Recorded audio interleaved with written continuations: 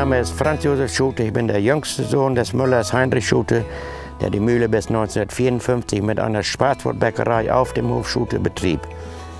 Die Mühle wurde erbaut ca. 1760 vom Gut Hogereden von einem Graf Schmiesing. Danach wurde die wieder verkauft an 4 Genossen, pro Genosse ein Flügel, und der Wert der Mühle wurde damals gehandelt mit 10 bis 12 Hektar Ackerland. So kann man den Wert der Mühle heutzutage aufwerten. Die Mühle wurde 93, 94 komplett restauriert, ist wieder voll funktionstüchtig, ist gepachtet von der Stadt Löning, und der Heimatverein Löning ist Träger.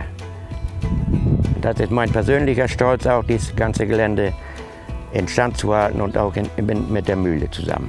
Das ist eine große Freude für mich.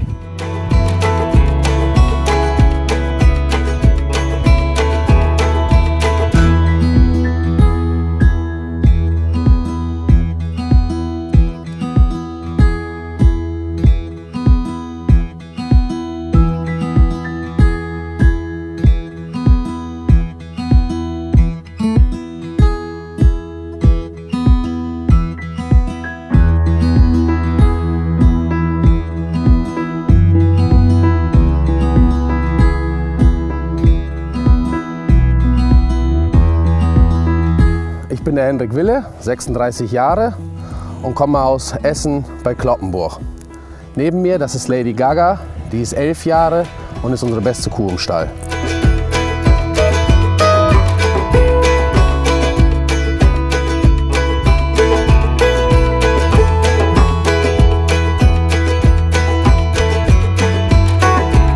Lady Gaga ist die erfolgreichste Schaukuh in Deutschland. Sie ist seit 4 Jahren die schönste Kuh in Deutschland. Sie hat diverse Misswahlen gewonnen und ist oft als Grand Champion da rausgegangen. Und 2015 und 2017 ist sie jeweils Miss Germany geworden. Ja, die Kuh ist ein unheimlicher Glanzpunkt bei uns im Betrieb und die beste Kuh, die ich jemals gehabt habe. Und sie ist auch die höchst eingestufteste Kuh in Deutschland.